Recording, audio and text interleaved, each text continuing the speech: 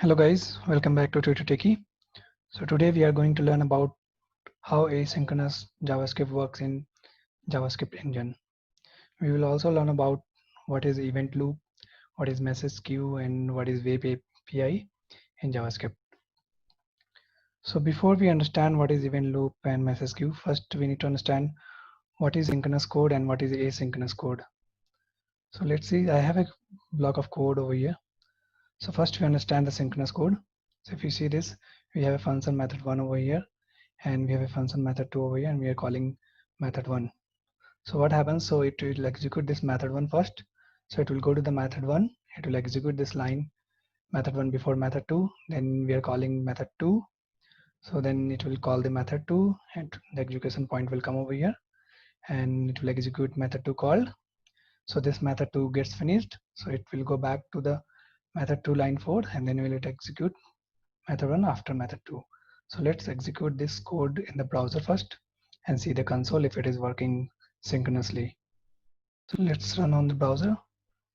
I'll open the console and we'll go to the console tab. We'll clear this and let's reload the HTML page.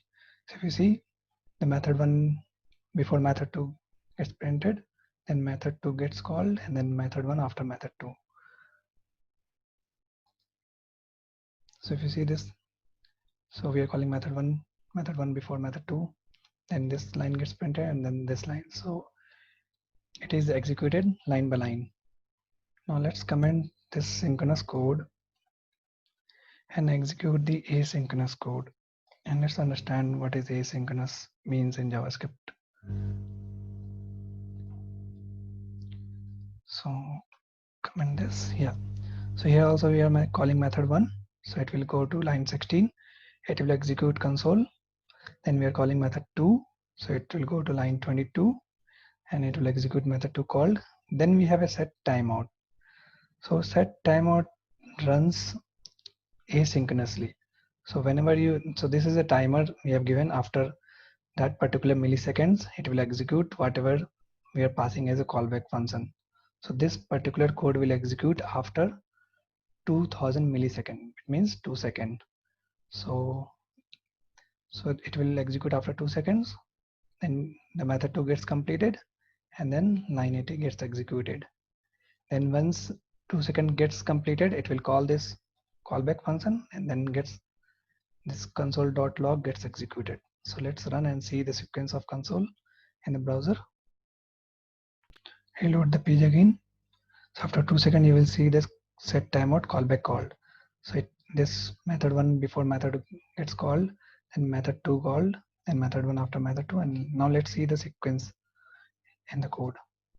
So this line executed after this line because this code is asynchronous.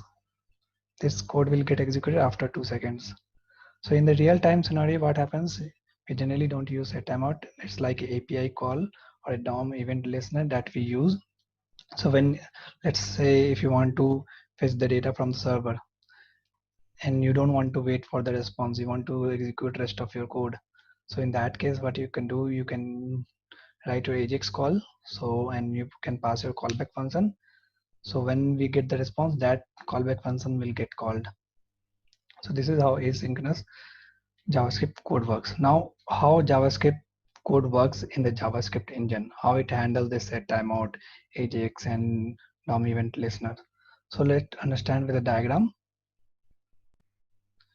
So here, if you see in the diagram, we have this execution stack, and then we have a global execution context. So if you don't know execution stack or global execution context, you can see my earlier video on how JavaScript engine works. Now we have web APIs over here that contains all the APIs that in the web APIs. So like for example, set timeout, DOM event like event listener, on click, on blur, all those events present in this web API block. So this web APIs exist outside the JavaScript engine. So then we have AJAX call, XML, HTTP request. Now on the right side we have a console, and this is the code. We'll take an example that how it works. So if you see this code, method 1 is defined over here, method 2 is defined, and from the bottom we're calling method 1. So first method 1 line gets executed. So once method 1 gets executed, it will go to the method 1 function, and the method 1 execution context comes in the execution stack. So now it will go to the next line, that is console.log. So now again log is another method. So again context of log comes on top of execution stack. Now it will execute the console and gets removed. Now it will move to the next method, that is method 2. So when we call the method 2, the method 2 context will come on the stack, and then the next line will execute, that is set timeout. Now what JavaScript engine looks here at this set timeout is a part of web APIs. So what it does, so whatever callback we are passing in the set timeout, it will check whether there is any callback or not. If there is any callback, so it will put that callback in the web APIs, and then there is a timer for 2 seconds that will bind with the callback function. Now after this, set timeouts gets completed and it gets removed from the execution stack. Now the next line would move to the console after the method 2. Now again the log method will come on top of the execution stack. Now it will execute the console and then gets removed from there. Now it will go to method 1 also gets completed, so it will also remove from the execution stack. Now execution stack is empty, so all the methods are executed. Now let's suppose 2 seconds gets completed. So what will happen, so whatever callback we have in the web API, right, let's suppose 2 seconds is completed, this callback function will move to the message queue. Now over here what event loop does, it keeps checking between the message queue and the execution stack to check whether execution stack is empty or not.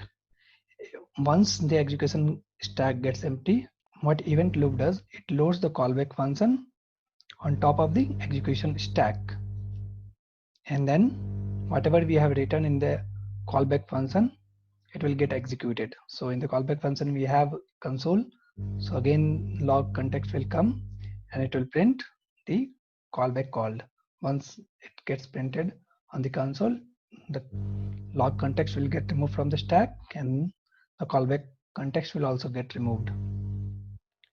So this is how it works in the JavaScript engine.